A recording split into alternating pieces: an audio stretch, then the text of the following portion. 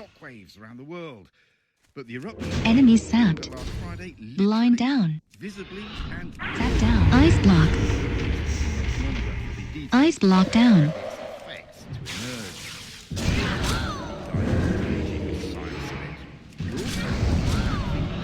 Ocean heat. Here's on from our first special edition on the enduring symptoms of the infection they call long COVID.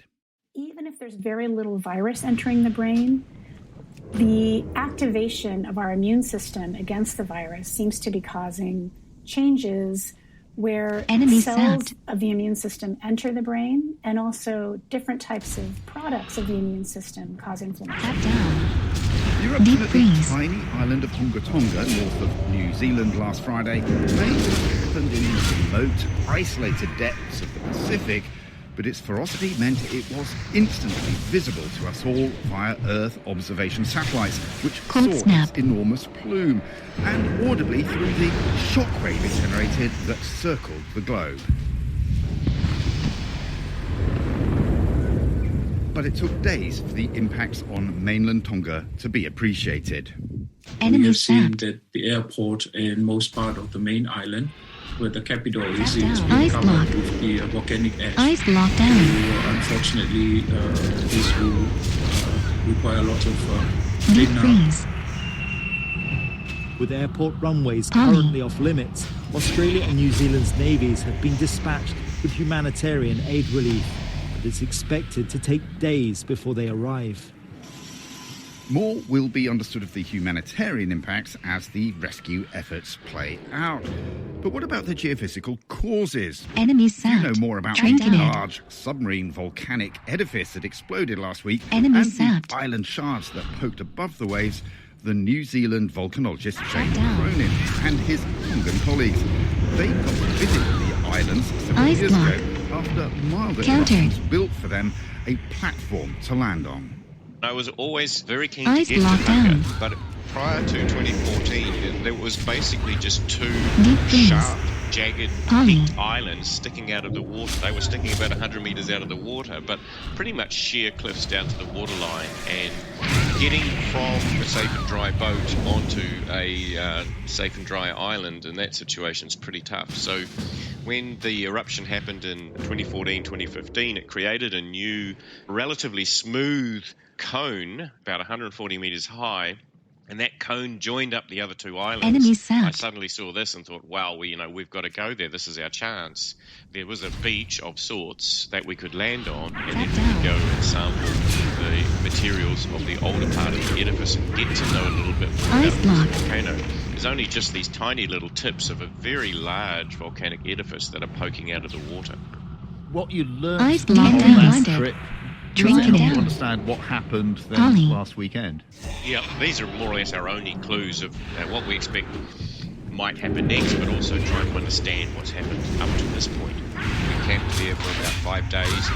We had a boat with a multi-beam bathymetry system on it, and we ran the boat around the island, and we quickly realized that we were sitting on the top of this very large volcano. We kind of knew that also from the regional bathymetry.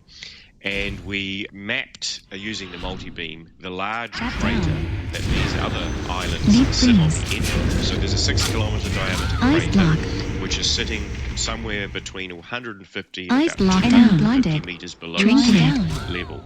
We just see the two parts of the crater poking out at the top, the northern side, and then there was also a little bit of the edge of the crater poking out towards the south. But once we were able to access these old islands, we could see the deposits from previous events using charcoal within these deposits, and in some cases also coral. We were able to use radiocarbon data to get a chronology of events. There were two very large explosions from this volcano, one about 1100 AD and one from around 200 AD. So apart from the little eruptions that seem to occur every 10 years or so on this volcano, it seems to have around about a 900-year to 1,000-year long cycle of very big eruptions. And so the 1100 AD eruption, as an example, seemed to involve around 10 major explosive phases. and this is just based on counting the main Enemy pyroclastic blinded. flow Drinking deposits. So the deposits created by extremely violent lateral blasts of pieces of hot broken up magma, gas, and maybe some water Enemy droplets sapped. radiating out from the Enemy volcano. sapped. And so, do you know what it is that means that you get these very explosive Enemy effects? I mean, blinded. it was just so short-lived. Eyes but locked suddenly down. Veins. extraordinarily powerful. Polly.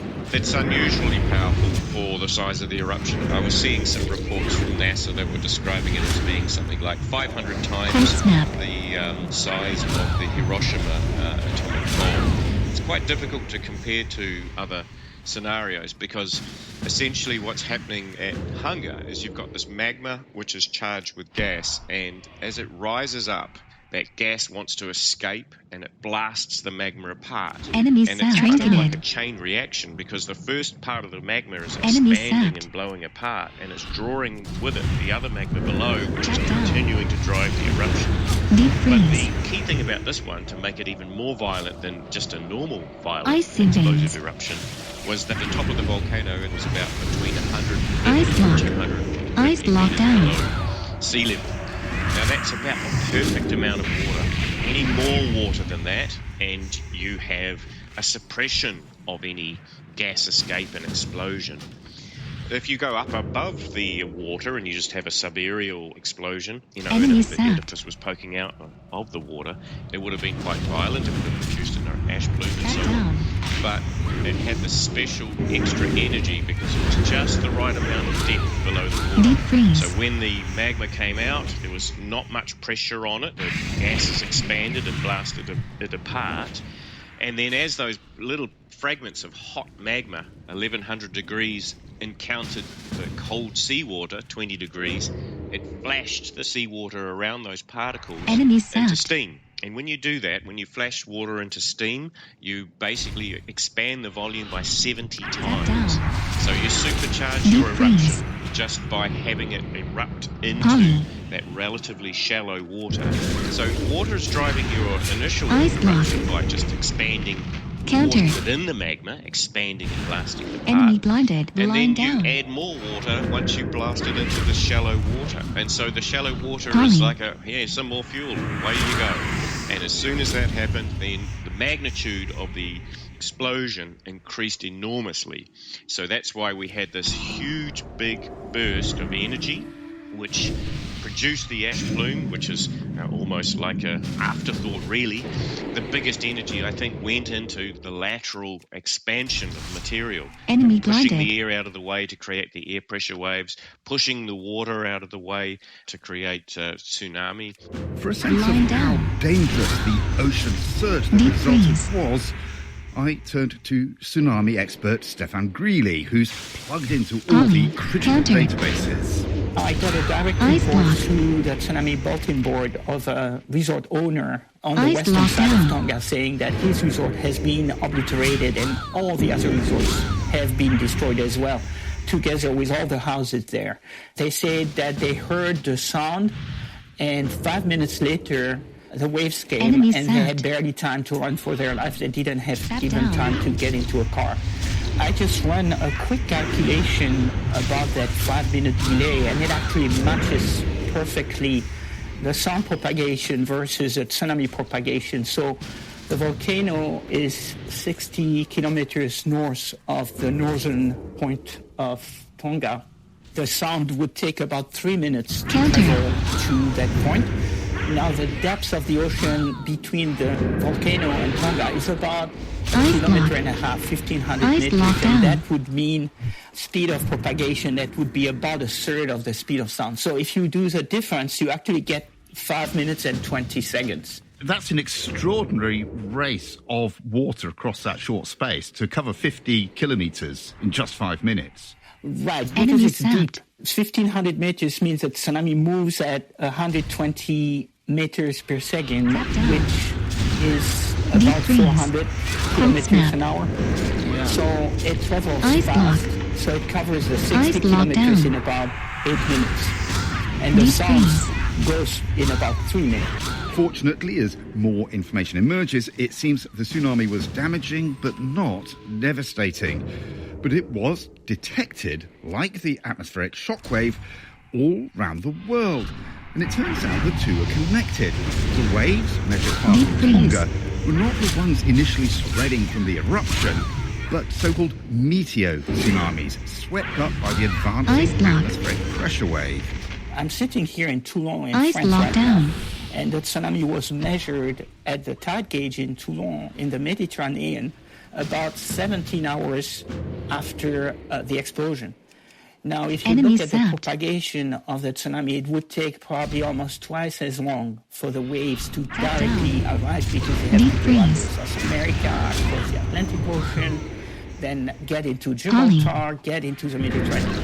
Whereas the direct distance is about 70,000 kilometers, and it takes about 14 to 15 hours for the sound wave or the shock wave to get to the Mediterranean and then start creating other waves. So this will have to be, of course, studied, and it's going to be probably years of study to confirm all of this. But my first scientific feeling with the data that I can see is that this has occurred for Tonga in the far Enemies sapped. If so, it will confirm theories about the global tsunamis seen after the Triangulate. famously explosive destruction of Krakatoa in 1883. In many ways parallel to the events last Friday, albeit far stronger. As Stefan said, the exact conditions that allow atmospheric pressure to sweep up the distant tsunamis will need to be examined. And he added that experts had seen something similar during bomb tests in the 1960s. I was initially concerned with that. Even in a 5,000 meter deep ocean, the tsunami would only go at about 200, 220 meters per second, but the sound goes at 340. Now, I started digging, and I found that some old papers dating back 50, 60 years where people studied for nuclear explosion how the shockwave propagates. Those theories show that actually there are some special modes that travel slower, actually at the speed of about 200, 220 meters per second, that matches the tsunami speed. I think Tonga will be a big wake-up call regarding looking at that new physics for tsunami generation. What's known about the events at Hung Island so far barely scratches the surface. The important thing, says Shane Cronin, will be to return to the scene of the eruption once the humanitarian crisis is over, to gather all the clues. Thankfully, I've heard that the Tongan colleagues are all safe and well, so that's fantastic. But yes, champing at the bit to get there. Obviously, not all that keen to drive a boat over the top of it just at the moment. But if things do calm down, very, very keen to resurvey so that we can actually then ask some of these questions about why this event was so explosive, what triggered it, and also champing at the bit to get some materials to be able to maybe try and figure out what happens next. Because if we had some ash deposit that we could analyse, we could very quickly figure out if new magma has arrived at the volcano to drive this event, or if it's just been an event driven by, if you like, stale magma just sitting around to the point of expanding by itself. We've seen evidence for that second scenario in past eruptions. Magma accumulates very slowly to a point where the cone can no longer hold it and it erupts. If we have some sample, and I'm hoping we can get some in the next few days, we should be able to tell whether there's new magma involved, and then that may indicate if there's new magma involved, I'd expect we could see some more eruptions soon. If there isn't any new magma involved, then we might have seen the last of this volcano for a little while. Shane Cronin, who's based at the University of Auckland in New Zealand. And I was also talking to Stephen Greeley, who's on sabbatical leave from the School of Ocean Engineering at the University of Rhode Island. We'll stick with the oceans and turn to the effects of global warming. It's a measure of how much else is going on. The news that 2021 is among the 5 or 6 hottest years on record comes way down the running order in this programme. 2016 remains the outstanding record holder. Temperatures boosted that year by a powerful El Niño event in the Pacific, pumping excess heat from the ocean into the atmosphere. 2021 had El Niño's cooling counterpart La Niña, but it still fell on and not below the long-term warming trend.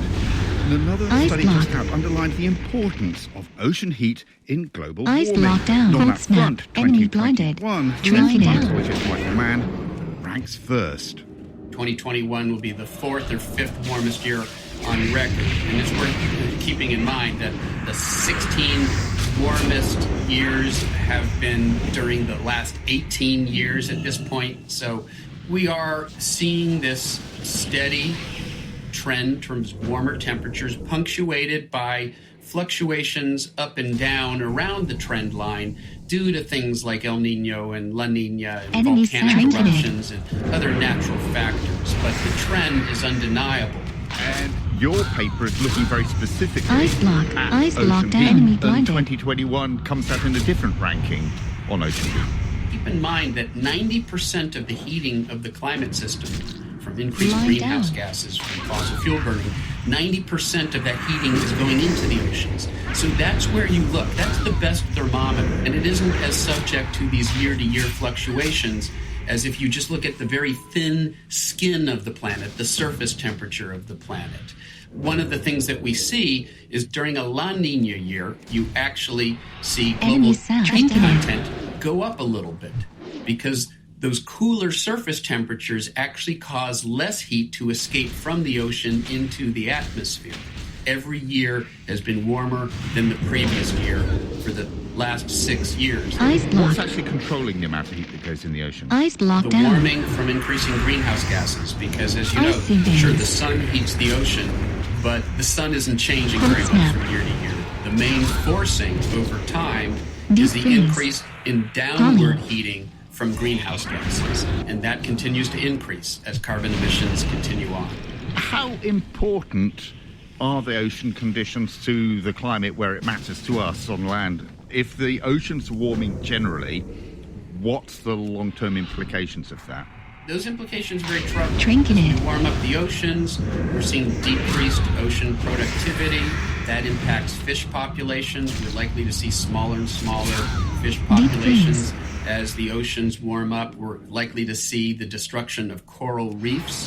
And of course, we rely substantially upon fish populations. 25% of our protein comes from seafood. The heating of the oceans is increasing, for example, the intensity of hurricanes beyond just how warm the surface is. If those hurricanes, when they stir up the waters, if the waters underneath are warm, then that provides less of a break on the strengthening of the storms. It's also melting ice shelves, some of the key ice shelves that help prop up the Antarctic ice sheet. And there's been quite a bit of talk, for example,